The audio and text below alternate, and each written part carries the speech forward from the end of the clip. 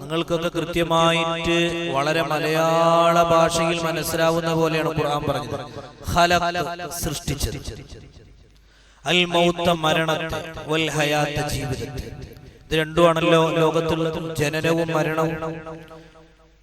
ലാസിം മൽസൂം എന്ന് പറഞ്ഞതുപോലെ അതുണ്ടായാൽ ഇതുണ്ടാകും എന്ന് പറഞ്ഞതുപോലെ ജനനമുണ്ടായാൽ മരണമുണ്ടാകും. അപ്പൊ ജനനത്തെയും മരണത്തെയും അള്ളാഹു സൃഷ്ടിച്ചത് ലിയബ്ലുവക്കും, എന്തിനാണെന്ന് ഖുർആൻ പറഞ്ഞു തരുന്നു. ഇത് രണ്ടും സൃഷ്ടിച്ചത് അള്ളാഹു ആണെങ്കിൽ ആ അള്ളാഹു തന്നെ പറയുന്നു എന്തിനാണ് എന്ന്. ലിയബ്ലുവക്കും അയ്യക്കും അഹ്സനു അമല, നിങ്ങൾ നല്ല കാര്യങ്ങൾ ചെയ്യുന്നുണ്ടോ എന്ന് നോക്കാൻ വേണ്ടി. അല്ലെങ്കിൽ അതിന് മറ്റൊരർത്ഥം, ആ രണ്ട് സമയത്തിനിടയിൽ നിങ്ങൾ നല്ലത് തെരഞ്ഞെടുക്കാൻ വേണ്ടി യബ്ലുവക്കും അയ്യക്കും അഹ്സനു അമല, നല്ല കാര്യങ്ങൾ മാത്രം ചെയ്യുക. ഈ നല്ല കാര്യങ്ങൾ മാത്രം ചെയ്യുക എന്ന് ഖുർആൻ പറയുമ്പോൾ ഖുർആനിന്റെ മറ്റൊരു ഭാഗത്ത് കാണാൻ കഴിയും, ഖദ് അഫ്ലഹ മൻ സക്കാഹ, അവന്റെ സ്വശരീരത്തിനെ, ഹൃദയത്തിനെ, മനസ്സിനെ തസ്കിയത്ത് ചെയ്തുകൊണ്ടേ ഇരിക്കണമെന്ന്. എന്ന് പറയാനിരിക്കുന്ന വിഷയം അതിന്റെ ആമുഖം പറയുക, ഒരു മനുഷ്യനെ സർവ്വസമയവും തസ്കിയത്തിലാക്കിക്കൊണ്ടേയിരിക്കണം. ഒരു മനുഷ്യനെ അവന്റെ ഹൃദയത്തിനെ തസ്കിയത്തിലാക്കണമെങ്കിൽ അവനെ കുറിച്ച് അവൻ ചിന്തിക്കണം. നമ്മൾ റമദാനായി കഴിഞ്ഞാൽ ഇൻഷാ അല്ലാഹ് പള്ളി നിറയെ ആളുകളാണ്. ഇവിടെ നല്ല എല്ലാവരും തറാവീഹിന് ആളുകളാണ്, നിസ്കാരങ്ങൾക്ക് ആളുകളാണ്. അങ്ങനെ ഒരു പ്രത്യേക കാഴ്ചപ്പാടും പ്രത്യേക ബഹുമാനവും ഒക്കെ റമദാനിന് കൊടുക്കും. പക്ഷെ റമദാനിൽ മാത്രം സെപ്പറേറ്റ്, അല്ലെങ്കിൽ റമദാനിലാണ് ഇതൊക്കെ എന്ന തലത്തിലേക്ക് നമ്മൾ മാറാൻ പാടില്ല. ബഹുമാനത്തിന്റെ ഭാഗമായി ഉണ്ടാവുന്നതാണെങ്കിലും ഇതൊക്കെ ദൈനംദിനം ജീവിതത്തിൽ ഖദ് അഫ്ലഹ മൻ സക്കാഹ തസ്കിയത്ത് ചെയ്തുകൊണ്ടേയിരിക്കും. ആ തസ്കിയത്തിൽ വളരെ മർമ്മപ്രധാനമായിട്ട് പരിശുദ്ധ ഖുർആനിൽ പറയുന്ന ഒന്നാണ് വമാ യുഗ്നി അൻഹു മാലുഹു ഇദാ തറദ്ദ. സത്യത്തിൽ നമ്മളെ കുറിച്ച് ആലോചിച്ചു നോക്കിയാൽ വിഡ്ഢികളാണ്. ശാസ്ത്രം, പുതിയ ടെക്നോളജികൾ, പുതിയ കൂലങ്കഷിതമായി ചിന്തിക്കുന്ന ഭീമന്മാരായ ബുദ്ധിമാന്മാർ, ആര് നമ്മളെ കുറിച്ച് സ്വയം ചിന്തിച്ചാലും നമ്മൾ വിഡ്ഢികളാണ്. വളരെ ചുരുങ്ങിയ കാലത്ത് വമാ യുഗ്നി അൻഹു മാലുഹു ഇദാ തറദ്ദ, ഖുർആൻ പറയാൻ ഒരു മനുഷ്യൻ ഏറ്റവും കൂടുതൽ ആവശ്യക്കാരനാകുന്നത് ആരും ഇല്ലാത്തൊരു സമയത്താണ്. നമ്മൾ ഈ പ്രദേശത്ത് നമുക്ക് എല്ലാത്തിനും ആളുകളുണ്ട്. ഭാര്യ നമുക്ക് ചേർത്ത് നിൽപ്പിന്റെ ഭാഗമാണ്, മക്കളും മാതാപിതാക്കളും നമുക്ക് ആശ്വാസമാണ്. പക്ഷെ ആരുമില്ലാത്തൊരു സമയം എന്നത് ഈ ലോകത്ത് നിന്നും നമ്മൾ പോയി പരലോകത്തെത്തി, പരലോകത്ത് നിന്ന് സ്വർഗം ലഭിക്കാൻ നമ്മൾ റെക്കമെൻഡേഷൻ നടത്തുന്ന ആ ഒരു വല്ലാത്ത ഒരു സമയം നമ്മളൊക്കെ കേട്ടവരാണ്. വമാ യുഗ്നി അൻഹു മാലുഹു ഇദാ തറദ്ദ, ആ സമയത്ത് നിന്റെ മാല്, നിന്റെ സമ്പത്ത്, നമ്മളൊക്കെ ഇന്ന് വളരെ ശ്രദ്ധിക്കേണ്ട ഒരു കാര്യം. ഞാനടക്കം നമ്മൾ അങ്ങനെ പറയാ. ഞാൻ എപ്പോഴും കമീസും തലയും കെട്ടിയത് കൊണ്ട് നരകത്ത് പോകുമെന്ന് പേടിക്കുന്ന ആളാണ്. അള്ളാഹു കാത്തിരക്ഷിക്കട്ടെ. കാരണം ഇൽമുണ്ടാവുകയും ദുൽമുണ്ടാവുകയും ചെയ്താൽ ഏറ്റവും കൂടുതൽ ഇൽമുള്ളവനെ പിടിക്കുന്ന, സർവ്വസമയവും പേടിക്കുന്നവരും. അത് അങ്ങനെ ഒരു വിനയം കൊണ്ട് പറഞ്ഞതല്ല, അങ്ങനെ തന്നെ മനസ്സിലാക്കി ജീവിക്കുന്നുണ്ട് പറയാം. അള്ളാഹു നമ്മളെ കാത്തിരക്ഷിക്കട്ടെ. നിങ്ങൾ ആലോചിക്കും, വമാ യുഗ്നി അൻഹു മാലുഹു ഇദാ തറദ്ദ, ഒരിക്കലും ഒരു സമയത്തും മാലതായത് സമ്പത്ത് ഇവനെ ഹലാലിലൂടെ ഉണ്ടാക്കിയ സമ്പത്താണെങ്കിലും ഹറാമിലൂടെ ഉണ്ടാക്കിയ സമ്പത്താണെങ്കിലും ഒരിക്കലും ഇവനെ തസ്കിയത്തിനോ രക്ഷപ്പെടുത്താനോ കാരണമാവൂല. നമ്മൾ വളരെ ശ്രദ്ധിക്കേണ്ട ഒരു സംഗതിയാണ്. സമ്പത്ത് വേണം, അല്ലാഹു തരട്ടെ. ആരോഗ്യമാണ്, അല്ലാഹു തരട്ടെ. നമ്മൾ ചിലപ്പോൾ ടാക്സ് കൊടുക്കാൻ നമുക്ക് പ്രയാസം, അപ്പൊ നമ്മൾ പലിശ. അങ്ങനെ ഇപ്പൊ പുതിയൊരു പ്രവണത എന്താ വെച്ചാൽ, ഇവിടെ ഉണ്ടോന്ന് എനിക്കറിയില്ല, അത്ര വലിയ കാലപ്പഴക്കല്ലല്ലോ പരിചയത്തിന്. പുതിയൊരു പ്രവണത, ഒരുപാട് പൈസ ഉണ്ടാക്കി വരിക, നാട്ടിൽ വരിക. അൽഹംദുലില്ലാഹ്, അല്ലാഹു എല്ലാവർക്കും സാമ്പത്തികമായിട്ട് ബോധവും ബോധ്യവും പുരോഗതിയും അല്ലാഹു നൽകട്ടെ. ആ സമ്പത്തിനെ നമ്മൾ കൊണ്ടുപോയി നിക്ഷേപിക്കും.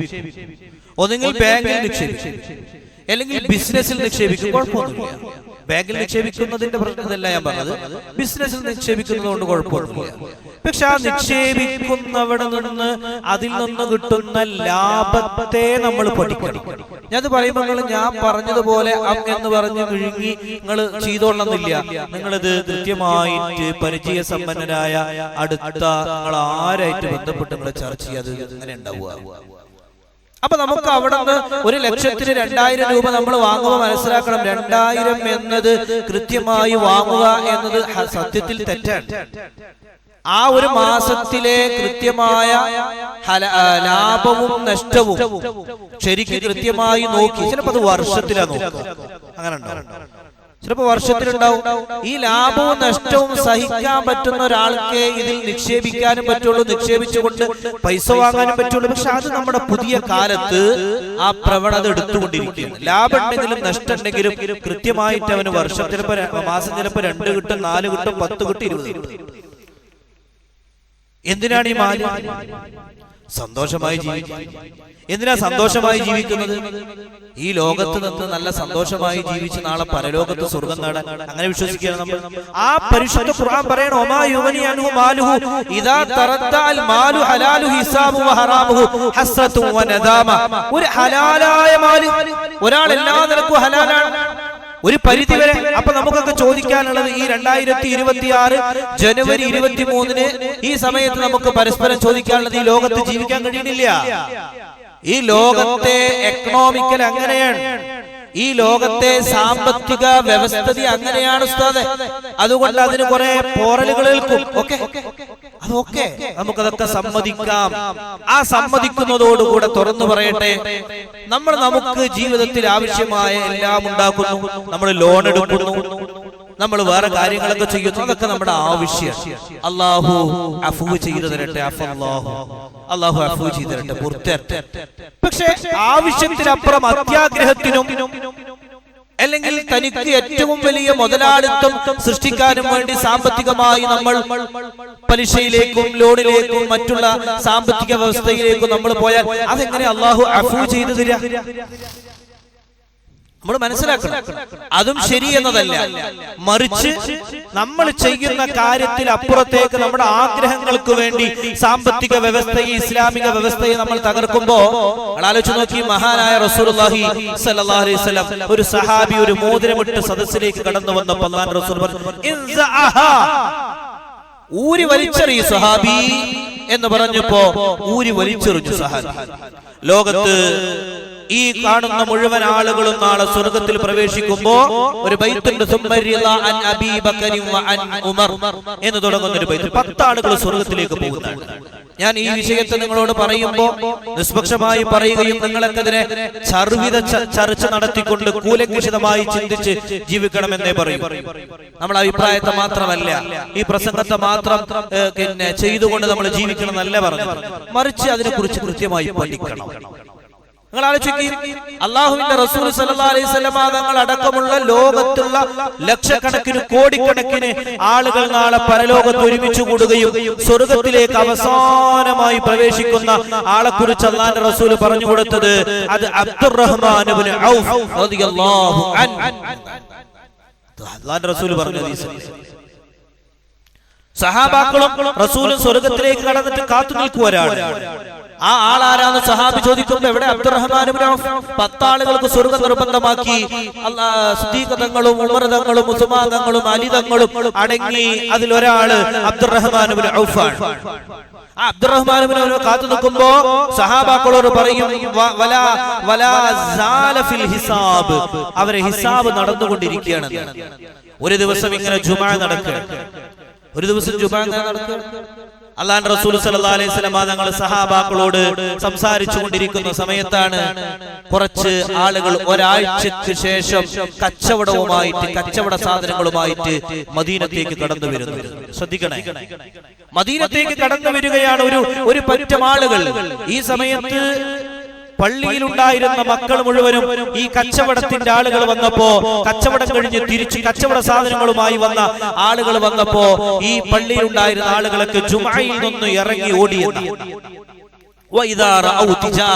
നമ്മൾ ജുമാക്ക് ഇവിടെ ഇമാം ഓതുന്ന ആയത്താണ് വഇദാ റഔ തിജാറതൻ ഔ ലഹ്വൻ ഫല്ലു ഇലൈഹാ വതറകൂക ഖായിമാ. ആയത്ത് അങ്ങനെ വന്നതാണ്. പരിശുദ്ധ റസൂൽ സല്ലല്ലാഹു അലൈഹി വസല്ലം തങ്ങളുടെ സംസാരത്തിന്റെയും ഖുത്ബയുടെയും സമയത്ത് ഇറങ്ങി ഓടി. എന്തിനാ ഓടിയത്? 40 ദിവസമായിട്ട് കാണാത്ത ഉപ്പയെ കാണാൻ. 40 ദിവസമായിട്ട് തന്നെ വിട്ടുപോയ തന്റെ ജ്യേഷ്ഠനെ കാണാൻ പള്ളിയിൽ നിന്ന് ഉള്ളിൽ നിന്ന് ഇറങ്ങിപ്പോയ ആളുകൾ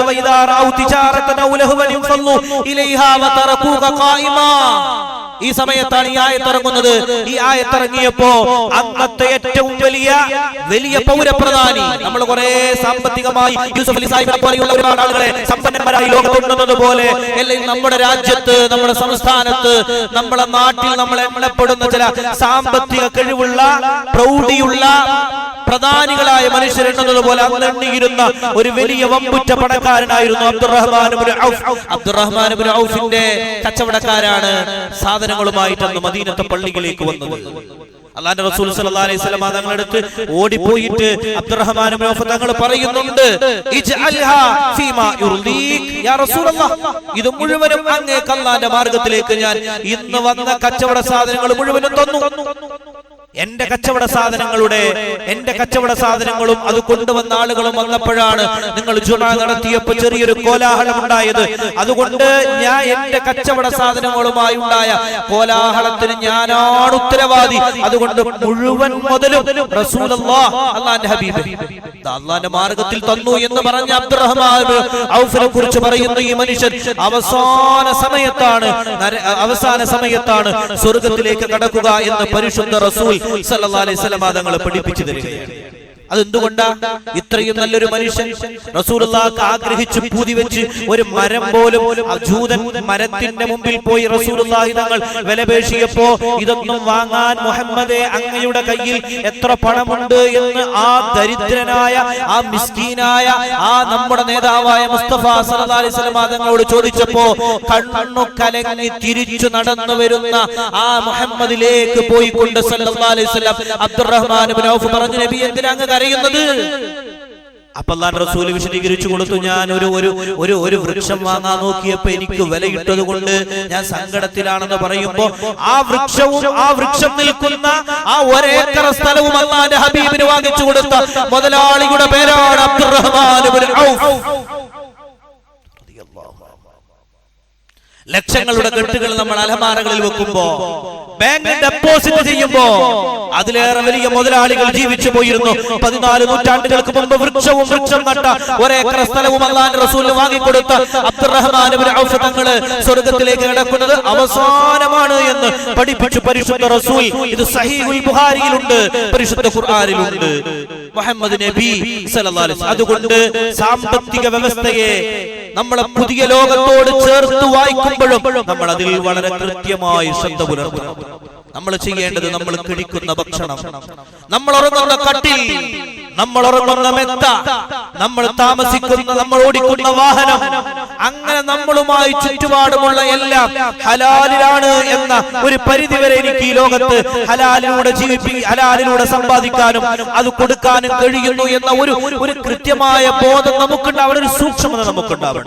നിങ്ങൾ ആലോചിച്ച് നോക്കി, പലിശയെ കുറിച്ച് പോലും റളിയല്ലാഹു അൻഹു പറയാൻ അല്ലാഹുവിന്റെ റസൂൽ പറഞ്ഞത്ര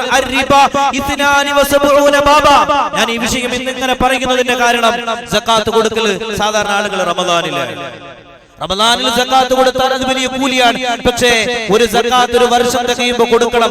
ആ തികയുന്നത് റജബിലാണെങ്കിൽ നിങ്ങൾ റജബിലാണ് സക്കാത്ത് കൊടുക്കൽ റമദാനിലേക്കാൾ അഫ്ളൽ എന്നാണ് ഇസ്ലാം പഠിപ്പിച്ചത്. മാർച്ചിൽ തുടങ്ങിയ ഒരു കച്ചവടത്തിന്റെ സക്കാത്ത് മാർച്ചിലാ കൊടുക്കേണ്ടത്, അല്ലെങ്കിൽ അത് ഏപ്രിൽ മെയ്യിലാണ് റമദാൻ എന്ന് കരുതി 2 മാസം വൈകിപ്പിക്കലല്ല. റമദാനിൽ കൊടുക്കൽ കൂലി തന്നെയാണ്. പക്ഷെ അതിലേറെ കൊടുക്കേണ്ട വകുപ്പുമുള്ളത് എന്നാണോ അതിന്റെ വർഷം തികയുന്നത് അന്നാണ്. അങ്ങനെ ഇസ്ലാം പഠിപ്പിക്കുന്നത്. നിങ്ങൾ ആലോചിച്ച് നോക്കി, അതുകൊണ്ട് നമ്മുടെ മുതലുകളിൽ ഏറ്റവും കൂടുതൽ കടന്നു കയറിക്കൊണ്ടിരിക്കുന്ന ഒരു പൈശാചിക വിപത്താണ് സത്യത്തിൽ പലിശ. ഒരു പരിധി വരെ നമ്മൾ അതിൽ ശ്രദ്ധിക്കണം. അല്ലാഹുവിന്റെ റസൂൽ പറയുന്നു, അല്ലാഹു കാത്തിരക്ഷിക്കട്ടെ. ഈ ഹദീസ് സ്വയം എല്ലാവരും കരഞ്ഞു പോകുന്ന ഹദീസ്, വല്ലാതെ നമ്മളെ വേദനിപ്പിക്കുന്ന ഒരു ഹദീസ്. എന്നാൽ നമ്മൾ ഏറ്റവും കൂടുതൽ ശ്രദ്ധിക്കേണ്ട ഹദീസ്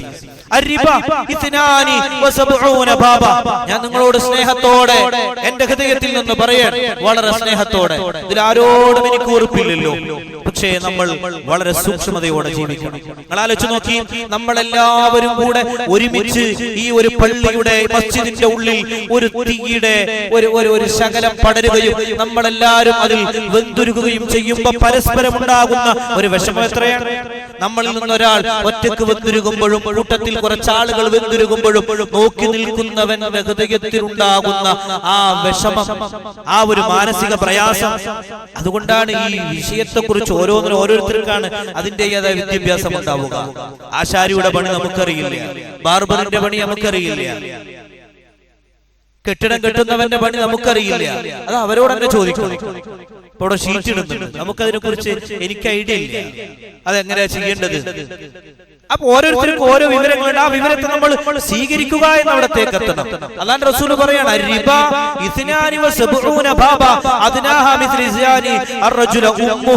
അല്ലാഹു കാത്തുരക്ഷിക്കട്ടെ.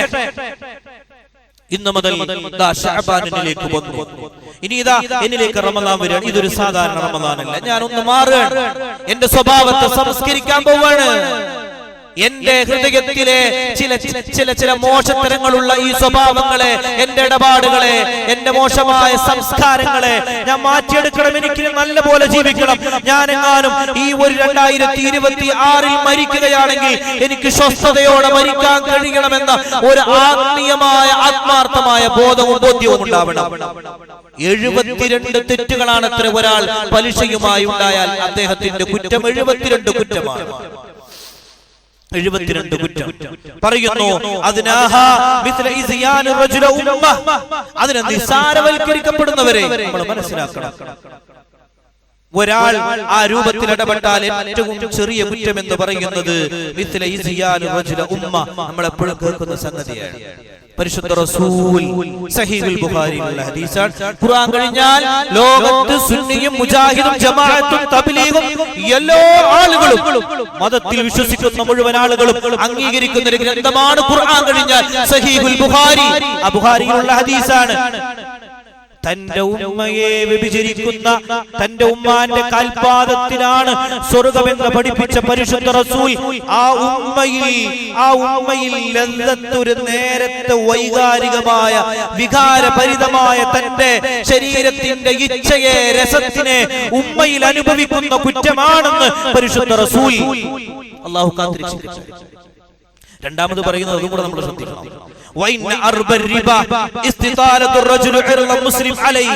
ഏറ്റവും വലിയ തെറ്റെന്താന്ന് അറിയോ? അപ്പൊ റിബ അതിലേറെ താഴെ. അപ്പൊ റിബയിൽ നിന്ന് വീണ്ടും നമ്മൾ മോശക്കാരാവാണ്. അല്ലാഹു കാക്കട്ടെ. ഒരു മുസ്ലിമിന്റെ അഭിമാനത്തിനെ, ഒരു മുസ്ലിമിന്റെ തെറ്റിനെ, ഒരു മുസ്ലിമിന്റെ പോരായ്മയെ, ഒരു മുസ്ലിമിന്റെ കുറ്റത്തെ, ഒരു മുസ്ലിമിന്റെ ന്യൂനതകളെ മറ്റുള്ളവിടെ പോയി പ്രചരിപ്പിക്കുന്നത് റിബയേക്കാൾ വലിയ തെറ്റാണെന്ന് പരിശുദ്ധ നബി സല്ലല്ലാഹു അലൈഹി വസല്ലം. റിബ ഉമ്മയെ വ്യഭിചരിക്കുന്നു. എന്നാൽ അതിലേറെ വലിയ തെറ്റാണ് ഒരു മനുഷ്യന്റെ അഭിമാനത്തിനെയും ക്ഷതം പറ്റിക്കുന്ന രൂപത്തിലുള്ള നമ്മുടെ സംസാരങ്ങൾ, നമ്മുടെ ഇടപെടലുകൾ എന്ന് അല്ലാഹുവിന്റെ റസൂൽ പഠിപ്പിച്ചതിനു മുമ്പ് ഈ ശഅബാനിന്റെ ആദ്യത്തെ വെള്ളിയാഴ്ച നമ്മൾ ആ ഒരു ഉത്തമ ബോധ്യത്തിലേക്ക് നമ്മളൊരു സൂക്ഷ്മതയുള്ള ആളുകളാവണം. എല്ലാ വിഷയത്തിലും നമ്മൾ എന്ത് ചെയ്യുമ്പോഴും ഒരു സൂക്ഷ്മതയിലേക്ക് നമ്മൾ എത്തണം. എന്താ അങ്ങനെ പറയാൻ കാരണം? അല്ലാഹുവിന്റെ റസൂൽ പറയാൻ, ഒരു മനുഷ്യൻ നന്നാവണമെങ്കിൽ ഇന്നിപ്പോ നിങ്ങളൊക്കെ ജുമാ നിസ്കരിക്കാൻ, നമ്മളൊക്കെ ജുമാ നിസ്കരിക്കാൻ, അല്ലാഹു സ്വീകരിക്കട്ടെ. ഈ ജുമാ നിസ്കരിക്കുമ്പോ നിങ്ങളെ മനസ്സിലൊക്കെ ഇങ്ങനെ ഒരു ഓർമ്മപ്പെടുത്തൽ നിങ്ങൾ കൊണ്ടുവരണേ എന്ന് മുഹമ്മദ് നബി. അതൊരു നല്ല വാചകമാണ്. എല്ലാത്തിനും നിങ്ങൾ നിസ്സാരപ്പെടുത്തല്ലേ. നമ്മൾ ജീവിതത്തിൽ അല്ലാഹുവിന്റെ റസൂൽ പറയാൻ, നിങ്ങൾ നിസ്കരിക്കുമ്പോൾ ഇങ്ങനെ ചിന്തിക്കും, പടച്ചവനെ ഇതെന്റെ അവസാനത്തെ ജുമഅയാണ്, എനിക്കിനി ജുമഅ നിൽക്കാൻ അവസരം ലഭിക്കില്ല. കാരണം എനിക്കൊരിക്കലും ആയുസ്സിൽ ഗ്യാരണ്ടി ഇല്ലാത്ത ഒരു ദുർബലനായതുകൊണ്ട് ഇത് അവസാനത്തെ വെള്ളിയാഴ്ചയും അവസാനത്തെ ജുമഅയുമാണ് എന്നൊരു മനുഷ്യൻ ചിന്തിക്കുമ്പോ അവസാനത്തെ ജുമഅയെ അവൻ നന്നാക്കും. വേറെ ശ്രദ്ധകൾ പോകില്ല. ഖുശൂ കിട്ടാൻ നിസ്കാരത്തിൽ അവന് കൃത്യമായ ഖുശൂ കിട്ടാൻ അത് മതി എന്നതാണ്. അവന്റെ ജീവിതത്തിൽ ആരെയും കാട്ടിക്കൂട്ടലുകൾക്ക് വേണ്ടിയല്ല, സാന്ദർഭികമായി സൂചിപ്പിക്കണം. നമ്മളൊക്കെ ചിലപ്പോ നമ്മളെ ഉമ്മാര് മരിച്ചാൽ മക്കൾ മയ്യത്ത് നിസ്കരിക്കും, നല്ല തന്നെയാണ്, കിതാബിലൊക്കെ അങ്ങനെ തന്നെയാണുള്ളത്. പക്ഷെ അവിടെ ഒരു ഷറത്തുണ്ട്. മകൻ മയ്യത്ത് നിസ്കരിക്കുക എന്നത് അല്ലാഹുവിന്റെ റസൂൽ സല്ലല്ലാഹു അലൈഹി വസല്ലം പഠിപ്പിക്കുന്നു. ഏറ്റവും അടുത്ത അഹ്ലുകാരാണ് മയ്യത്ത് നിസ്കാരത്തിന് ഇമാം നിൽക്കേണ്ടതെന്ന് പറയുമ്പോഴും അവന് ഫാത്തിഹ ഓതാൻ അറിയാത്തവനാണെങ്കിൽ നിന്ന് പോവരുത്, ആ ജമാഅത്ത് പോലും നഷ്ടപ്പെട്ടു പോകും. അപ്പന്റെ മയ്യത്ത് നിസ്കാരം കൊള്ളമാവും. അങ്ങനെയുണ്ട് ചിലവ്. അത് മകൻ പ്രസന്റ് ചെയ്യട്ടെ, മകൻ പ്രസന്റ് ചെയ്തോട്ടെ. സിറാത്തൽ ലദീന എന്നത് സിറാത്തൽ ലദീന